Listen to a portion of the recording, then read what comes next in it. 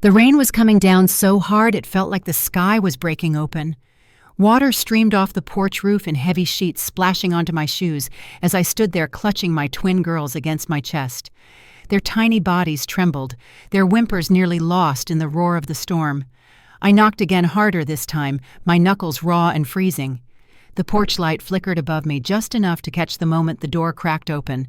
My father's face stony, my mother hovering behind him, arms crossed. "Please." I managed my throat tight. "Just let us inside. Just for tonight." My father didn't move. My mother didn't even look at me. Then the door swung shut with a final hollow thud that felt louder than the thunder. For a moment I just stood there soaked and shaking, realizing that whatever family I thought I still had no longer existed. Before we go on, tell me where you're listening from and hit that like and subscribe button if you've ever felt overlooked by the people who should have cared for you. My name is Natalie Cooper, and I was 29 years old the night my parents decided I wasn't their daughter anymore. Up until that evening, I'd spent my entire life trying to be exactly who they needed me to be. I grew up in a quiet Oregon suburb where lawns were trimmed like church pews and reputations mattered more than the weather. My parents were the kind of couple who never missed a Sunday service and never admitted when something cracked beneath the surface. They raised me on rules, expectations, and a checklist of what a good daughter looked like: polite, accomplished, married young, and above all, flawless. For a long time I played along. I got good grades, volunteered, pretended I didn't notice the way my parents bragged about me to everyone else, but held their affection close like something I had to earn. Praise came only when it reflected well on them.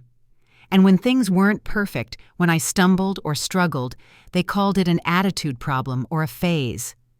So I learned to shrink myself to fit into their narrow world because shrinking seemed easier than fighting. But life doesn't always move in the direction you plan. I married my college boyfriend thinking I had finally built the stable, picture-perfect life they approved of. And then when the marriage collapsed, when he cheated, when he drained our accounts, when he left me with newborn twins, and a lease I could no longer afford, my parents didn't see a daughter in pain. They saw a stain on their reputation. A divorce was bad enough. Being a single mother at 29, unforgivable. The weeks leading up to that stormy night were filled with tension I didn't know how to navigate. Every phone call with them ended with a subtle jab, every visit with a disapproving look. They'd ask how the girls were, but never how I was. They'd offer advice, but never support. And when I told them I needed help just for a little while, just until I found my footing, their silence was louder than any no. Still, I thought they'd never turn us away completely.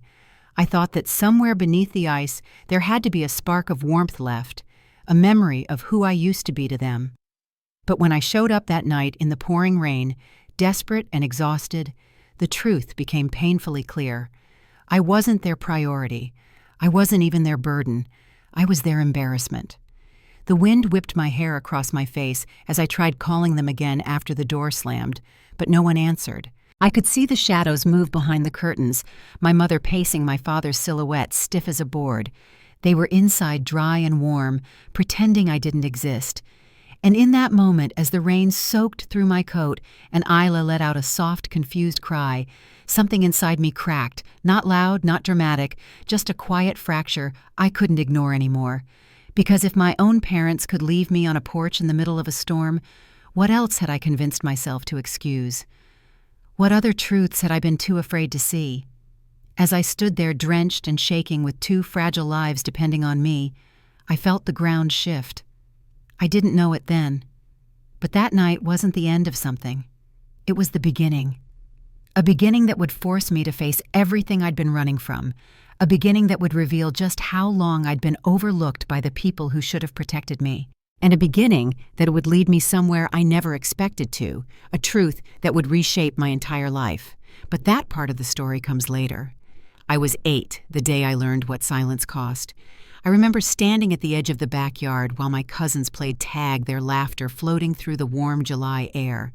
My mother's voice carried across the lawn, bright, proud, animated, telling everyone how gifted my older brother was at everything he touched. "David just has that spark," she said. "He's a natural leader." I waited, hoping my name might slip into the conversation even by accident. But she kept talking, never once glancing my way. When my aunt asked where I'd gone off to, my mother's answer was crisp. "Oh, Natalie, she's around. She's the quiet one." The way she said quiet wasn't gentle. It was dismissive, like a verdict. I stood there under the shade tree, feeling invisible, blinking hard so no one would see the hurt. That memory surfaces more often than I wish, like a thread pulling me backward. And the older I got, the more I realized that moment wasn't an exception, it was a blueprint. Growing up in the Cooper household was like living inside an unwritten script. Every line had to be delivered perfectly, every expression measured, every step taken exactly where my parents wanted it. There was no room for mistakes, and even less room for feelings. My father ruled the home with quiet authority, the kind that didn't need shouting to be felt. He expected order, obedience, and a kind of restrained politeness that looked good in church pews and family portraits. My mother kept the emotional temperature of the house just as tightly controlled, smoothing over anything that contradicted the image of a faultless Christian family. They loved me, I suppose, in the way people love fragile objects they don't quite know what to do with. Carefully, but at a distance. I became skilled at reading the air long before I understood what it meant. On holidays, when my father's relatives came over, I learned to take up as little space as possible. I helped with dishes before anyone asked, stayed quiet, while adults talked and listened to my mother retell the same stories about my brother's achievements. He was the golden child, the one who could do no wrong. And I was the one who didn't disrupt anything exactly how they preferred it. In school, that translated into habit. I did my assignments without being reminded, tried to earn gold stars, tried not to draw attention when the teacher called on me. I got good grades, not because anyone pushed me, but because excellence seemed like the only way to take up space without being scolded. If I did well enough, maybe I wouldn't be dismissed. Maybe someone would look at me with the same pride they showed my brother. But whenever report cards came home, the conversation ended before it started. My mother would scan the page, nod once, and set it aside. "Good," she'd say. "That's expected." My father only looked up if something seemed less than perfect. Then came the quiet sighs, the subtle disappointment, the suggestion that maybe I wasn't trying hard enough. Love felt conditional. Approval felt transactional. The strange thing was, I didn't question it. When you grow up in an environment where affection is a reward for compliance, you learn to fold yourself smaller and smaller until you fit the shape of what they want. By the time I reached high school, the habit was sealed. I joined the clubs they approved of, volunteered at the church because they praised service and avoided anything that would have made me stand out in a way they didn't control. Even my dreams had to fit inside their lines. When I mentioned wanting to study journalism, my father set the newspaper down and said, "Writers don't make a living, Natalie. Pick something respectable." Respectable meant safe. Respectable meant predictable. Respectable meant not embarrassing them. So I studied communications instead, a compromise I didn't want but accepted to keep the peace. And when I met Kyle, handsome, polite, the kind of young man my parents would nod approvingly at, I thought maybe I could carve out a life they wouldn't reject. I mistook their indifference for permission. Even then, the patterns were already there. When wedding plans came together, my mother cared more about which church ladies were invited than about how I felt stepping into a marriage I wasn't fully ready for. When my doubts surfaced, she brushed them aside with practiced ease.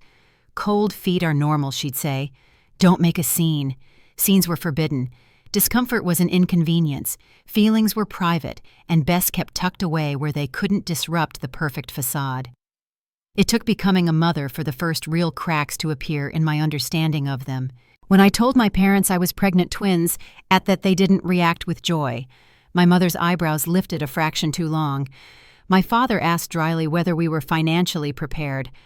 I laughed nervously, trying to soften their stiffness, telling myself they were simply surprised. But deep down, something in me noted the absence of warmth. Still, I kept trying. Trying was all I knew. After the twins were born, I brought them over, hoping to see some reflection of love in my parents' faces. Isla cooed softly in her car seat. Rory reached toward my mother with little fingers curled in trust. My mother gave a thin smile, patted their legs awkwardly, and said, "They're small." My father glanced at his watch within minutes. It hurt, but it wasn't new. And that was the quiet heartbreak of my life. Everything that should have felt shocking had already been normalized. Their distance, their expectations, their disappointment. It had all been present for decades, moving like a shadow that followed me into adulthood. When my marriage fell apart, the silence deepened. I called my mother the day I found out my husband had cheated, hoping for reassurance for anything grounded in maternal love. She sighed as if I had spilled something on her favorite rug. "Natalie, this is not good timing. We have enough going on." In that moment, I realized I was never calling a mother, I was calling the keeper of the family's public image. Divorce wasn't a tragedy to them. It was an inconvenience, a stain. My father lectured me about commitment and responsibility as though I had chosen betrayal. Their first reaction wasn't concern for me or the babies. It was fear that people would find out. Their advice was always some variation of make it work. My pain didn't register. My fear didn't matter. I learned again to stay quiet, to shoulder the burden alone, to survive without support. But even then I kept hoping that if things got bad enough, my parents would step in not with judgment, but with kindness. That maybe they still saw me as their daughter. That maybe they would recognize the weight I was carrying and lighten it. After all, don't parents step in when everything falls apart? But when the night came, that everything truly did fall apart, when I showed up on their porch with 2 babies and nowhere else to go, they didn't see their daughter. They saw a problem, a threat to their reputation, a reminder of everything they resented. Standing in the storm that night, I thought the pain was new, sharp, unbearable. But it wasn't new. It was familiar, ancient-rooted deep in the soil of my upbringing. I had been standing in a different kind of storm my whole life, the kind you don't notice until you're drenched. And once the door slammed in my face, once the porch light flickered on their cold eyes and then vanished, something inside me connected the dots I had avoided for years. This moment didn't happen out of nowhere. This rejection didn't begin with divorce. It began long before I could name it. Long before I understood that the people who raised me were never offering unconditional love. They were offering conditional acceptance, and I had spent decades trying to earn something that was never going to come. But the part that surprised me was what happened after. Something small, almost imperceptible, began shifting inside me. A quiet awareness that maybe the truth was about to surface in ways even I wasn't prepared for, because the storm that night was only the beginning, and soon enough something unexpected in the present would force me to confront the full truth, one I had been avoiding my entire life. The email popped open before I realized what I'd clicked. I had been scrolling Leah's old laptop for my drafts when a notification banner flashed across the top, an automated backup pulling in attachments from my cloud. One file caught my eye, a voicemail transcription. I pressed play. My mother's voice filled the room, crisp and cold. "We can't have her coming around anymore, not with the divorce. It reflects poorly on us." Another voice, my father's, responded low. "Then we distance ourselves. For good." There was a pause. Then my mother again, sharper this time. "If she insists on airing this publicly, we'll need proof she's unstable. Something to protect ourselves." The audio ended with the soft click of them hanging up. My hands shook so hard the laptop screen blurred. I sat there frozen, the room suddenly too quiet, as if everything around me had pulled back to let the truth settle in. For a moment I couldn't breathe. I had known deep down that my parents cared more about appearances than about my safety. But hearing them plotted in their own voices, stripped of kindness, stripped of hesitation, was something else entirely. I replayed the message again, forcing myself to listen to hear every inflection, every calculated pause. It wasn't a moment of weakness on their part. It wasn't said in anger. It was strategy. It was deliberate. It was preparation. And suddenly the past few months snapped into focus in a way I hadn't expected. Their clipped tone on the phone, the sudden distance after the divorce, my father's curt warnings to keep things quiet, my mother refusing to babysit the twins even once. It wasn't disapproval, it was planning. I stared at the laptop screen, trying to understand how long this had been brewing, how long they had talked about me not as a daughter, but as a liability to be managed. In their minds, I wasn't struggling. I was threatening their social standing. I wasn't someone who needed help. I was someone who could damage their carefully crafted story. It sickened me. I clicked deeper into the backup folder, almost afraid of what I'd find. There were more files, emails, scanned letters, downloaded church newsletters where my parents carefully curated their image. And in a folder labeled Family, there were messages I had never seen before. One was an email from my mother to a church friend dated 3 months earlier, weeks before the night they shut the door in my face. Please forgive our absence at the luncheon next weekend. We are dealing with a difficult situation involving Natalie. She has made choices that go against our values. We are praying for her, but must protect our household. Protect our household. Like I was something dangerous. Like my daughters were contaminants. Another email from my father, this time sent to a colleague. We're hoping Natalie keeps her situation private. The twins complicate things. Linda is beside herself. We want no part in the drama. Drama. That was the word they used instead of betrayal. Instead of abandonment, instead of leaving me and my daughters on a porch during a storm. Each piece I opened felt like a match striking inside me, brief, hot, illuminating something I hadn't wanted to see. My parents weren't just ashamed of me, they were preparing to erase me. I kept reading, unable to stop myself. There were drafts of statements, the kind families post on Facebook when they want to signal that someone has strayed. Downplayed, polite, poisonous. There were notes about setting boundaries with unhealthy influences, a phrase my mother liked to pull from her devotionals when she talked about people she disapproved of. And one email that made my knees go weak. It was a message from my mother to my Aunt Clara. I don't know what to do. She's determined to make bad decisions, and we can't let her drag us down with her. I wish she'd just stay away until she gets over this phase. Divorced mothers always seek attention. I almost dropped the laptop. A phase, the sleepless nights, the panic of wondering how I'd pay rent, the struggle of feeding twins on a single income, the shame I carried, the storm, the door, all of it just a phase. I pressed my palms against my eyes, trying to steady myself. Anger rose slowly like water filling a room inch by inch, not explosive, not wild, controlled, cold, firm. For the first time in a long time, I felt something sharpen inside me instead of collapse. It wasn't just that they abandoned me, it was that they felt justified in doing it. They had rewritten the story in their heads so completely that I had become the villain. And they were willing to manipulate, to lie, even to claim I was unstable, all to protect an image that mattered more to them than my life ever had. Looking back, there were signs scattered everywhere. Times they dismissed my feelings because they made things uncomfortable. Times they talked over me. Times they pretended my needs were inconveniences. Times their love hinged on whether I looked good beside them. I had mistaken their approval for affection. I had mistaken their silence for neutrality. I had mistaken their coldness for structure. But now I saw the truth with unbearable clarity. My parents didn't lose me the night they closed the door. They had been letting go of me for years. I sat there staring at the folders open on the screen, and I felt something shift. Not a crack, not a break, something steadier, heavier. A new weight settling into my chest that wasn't sorrow this time. Resolve.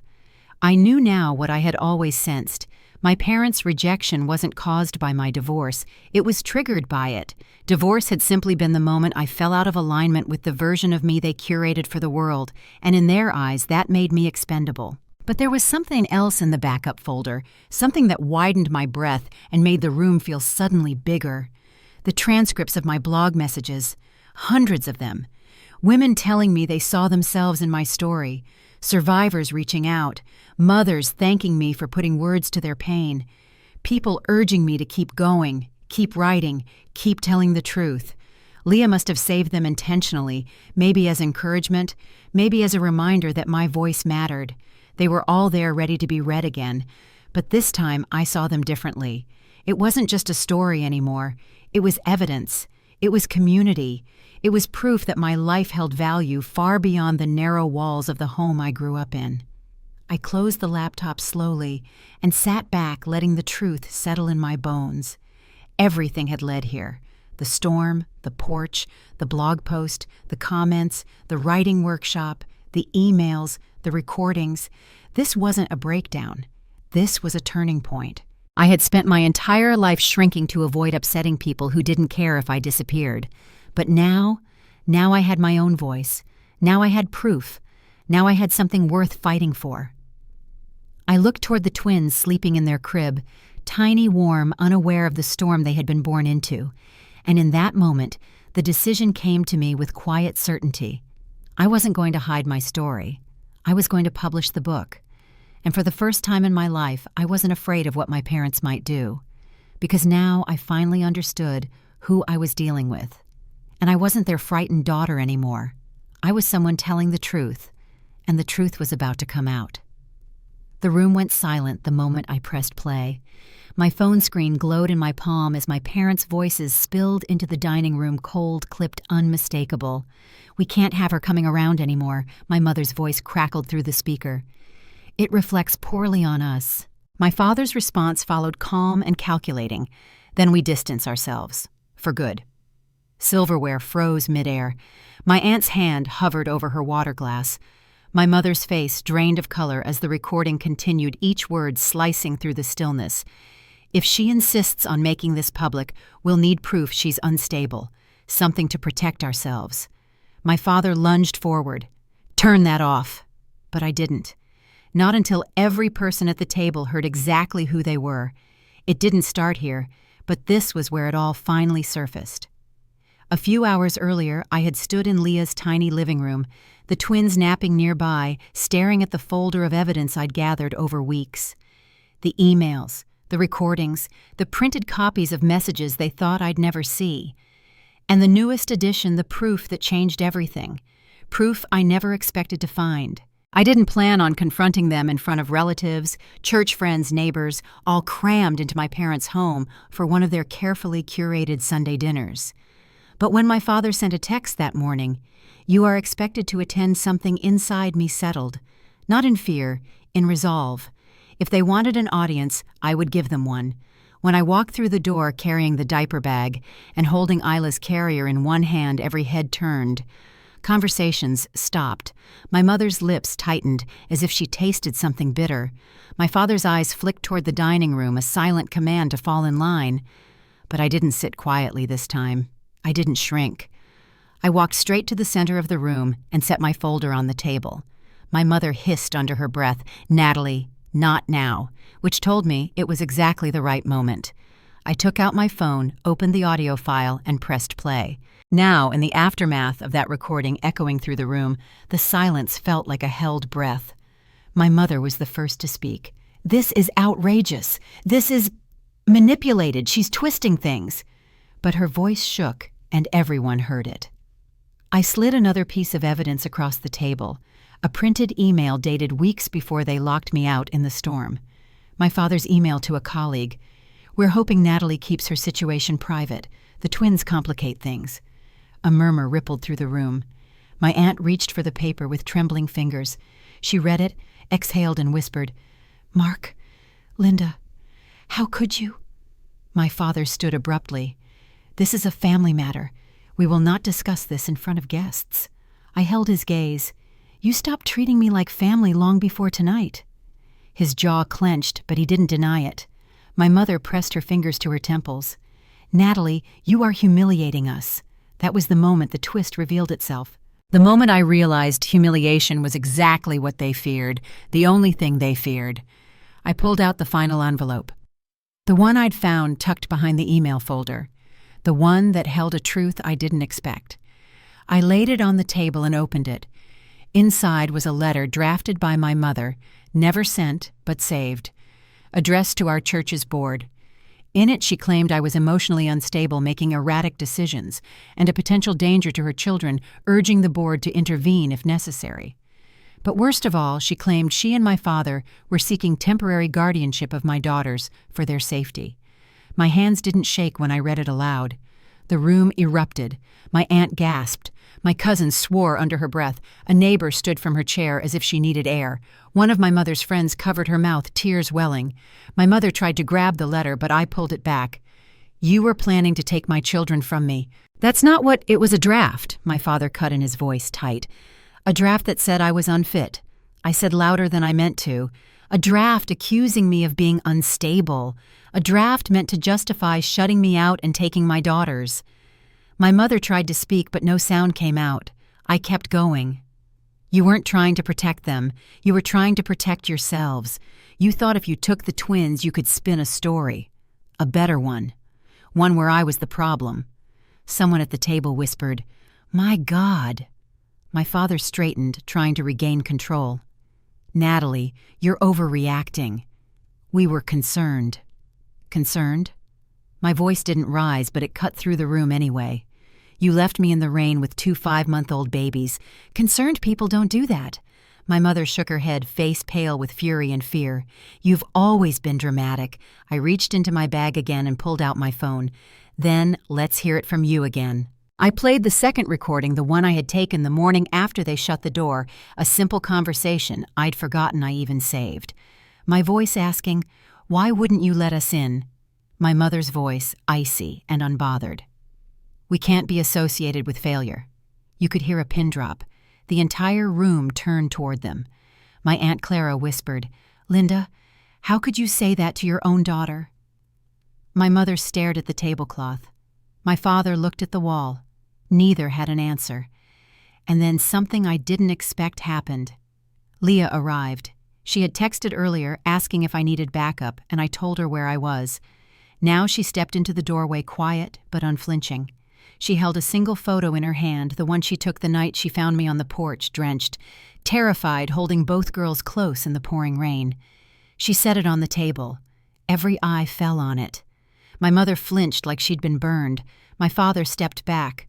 Leah didn't speak. She didn't need to.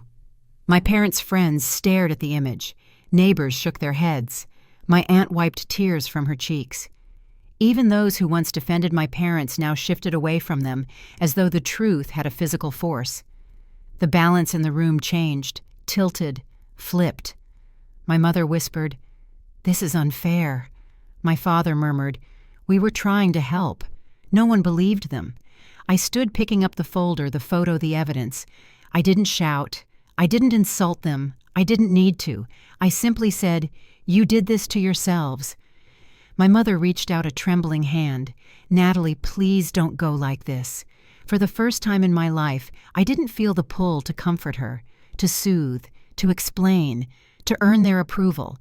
I lifted Isla's carrier in one hand, Rory's in the other. Leah walked beside me silently as I stepped toward the door. Behind us, the room remained frozen in stunned silence, everyone staring at the couple who had worshipped their reputation more than their child. My father called my name once sharply. I didn't turn around. When the door closed behind me, it wasn't like the storm all those months ago.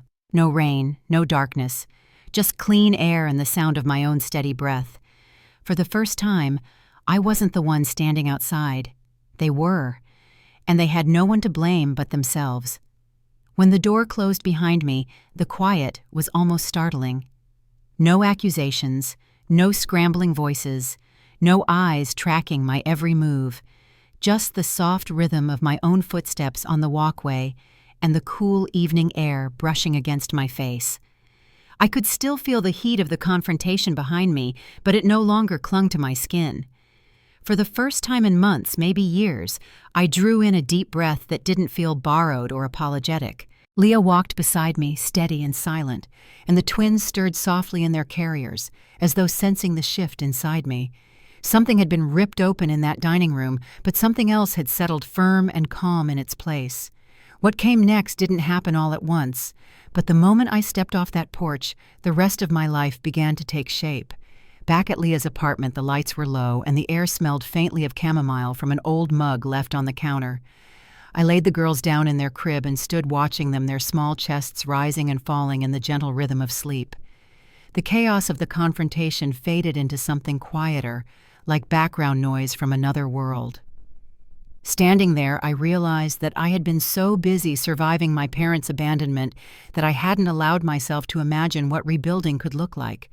Not triumph, not revenge, just returning to myself. A week later, after countless applications and calls, I signed a modest lease on a small rental house across the river. The place was old, with scuffed hardwood floors and a faint smell of dust.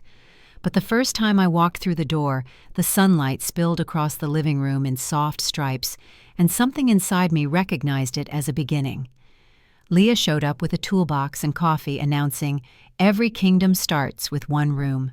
We painted the nursery first, a soft lavender that reminded me of calm mornings rather than stormy nights. Each brushstroke felt like reclaiming a piece of myself I had long believed was lost. There was no ceremony to it, just simple, steady work, scrubbing baseboards, airing out closets, fixing a loose cabinet hinge, rearranging furniture until it felt right. These quiet physical acts grounded me in a way nothing else could. They reminded me that healing didn't always roar. Sometimes it whispered through clean sheets and sunlight on a freshly mopped floor. My parents didn't call. They didn't show up. They didn't apologize. And for once, I didn't feel the urge to chase their silence or patch over the distance. Choosing peace meant choosing boundaries, and those boundaries needed to be clear and unwavering. I blocked the numbers that only brought disappointment. I tossed the letters that arrived with familiar handwriting and empty apologies. I didn't make declarations. I didn't seek dramatic closure. I simply stepped out of the roles they had written for me and into a life where I wasn't defined by their expectations. Leah remained a constant through the transition, not hovering, not pushing, just present. She helped me carry boxes, watched the twins when I needed an hour to breathe, and slipped notes into my new kitchen drawers that said things like, "You're stronger than you think, and don't forget to rest." The kind of support that didn't announce itself loudly, but landed softly where it mattered. Other small kindnesses followed.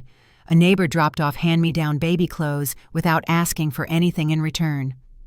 A librarian remembered my name and recommended books she thought I'd enjoy. The writing group from the workshop sent messages celebrating each tiny step I took. These weren't grand gestures. They were gentle reminders that family could be built in places where no one demanded perfection in exchange for love. As weeks passed, the house began to look less like a temporary shelter and more like a home.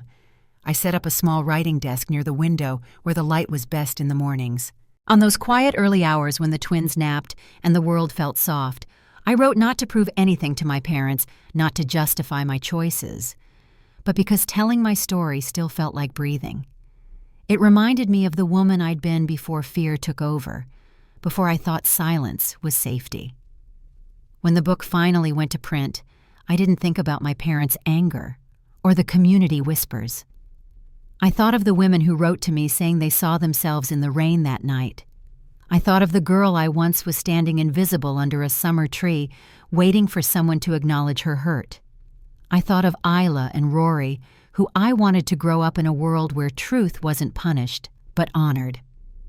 On the day the first box of author copies arrived, I didn't plan anything special. I opened it quietly in my living room while the girls played on the rug. The book was simple, soft cover, muted colors, the title embossed gently. I held it in my hands and felt an unexpected calm wash through me. This wasn't about being seen by the world. It was about finally seeing myself. That afternoon, I took the twins outside and planted a row of daisies along the front walkway. The soil was cool against my palms, and each scoop of earth felt symbolic life, rooting itself where something new could grow. The girls babbled beside me, kicking their little legs, unaware of the significance of the moment. But I felt it. I felt it in the quiet air, in the steady beat of my heart, in the way sunlight filtered through the budding branches overhead. Later, when evening settled in and the house grew still, I stepped onto the porch with a cup of tea. The sky was overcast, and a soft drizzle began to fall, not harsh, not punishing, just gentle. I closed my eyes and let the damp air brush my cheeks. The rain no longer felt like a memory of abandonment. It felt like a reminder that storms pass and what remains afterward is what we choose to build. I thought about everything I had lost: family, certainty, the illusion that love from them was ever unconditional. But I also thought about everything gained: truth, strength, peace, a home where my daughters would grow without fear of disappointing someone's image. Healing hadn't arrived with fanfare. It had come quietly in the moments I decided not to look back. In the mornings, I woke up without dread. In the evenings, I tucked my daughters into beds inside a home built on my terms. As the drizzle softened and the neighborhood lights flickered on, I realized something simple and profound. I had spent so much of my life trying to be the daughter my parents wanted that I forgot to be the woman I needed to become. Now, standing on that porch with rain touching my skin like a gentle reminder, I finally understood. Some storms break you, others break you open. And sometimes being left in the rain is what teaches you how to find your own shelter and how to build a life sturdy enough to weather anything that comes after.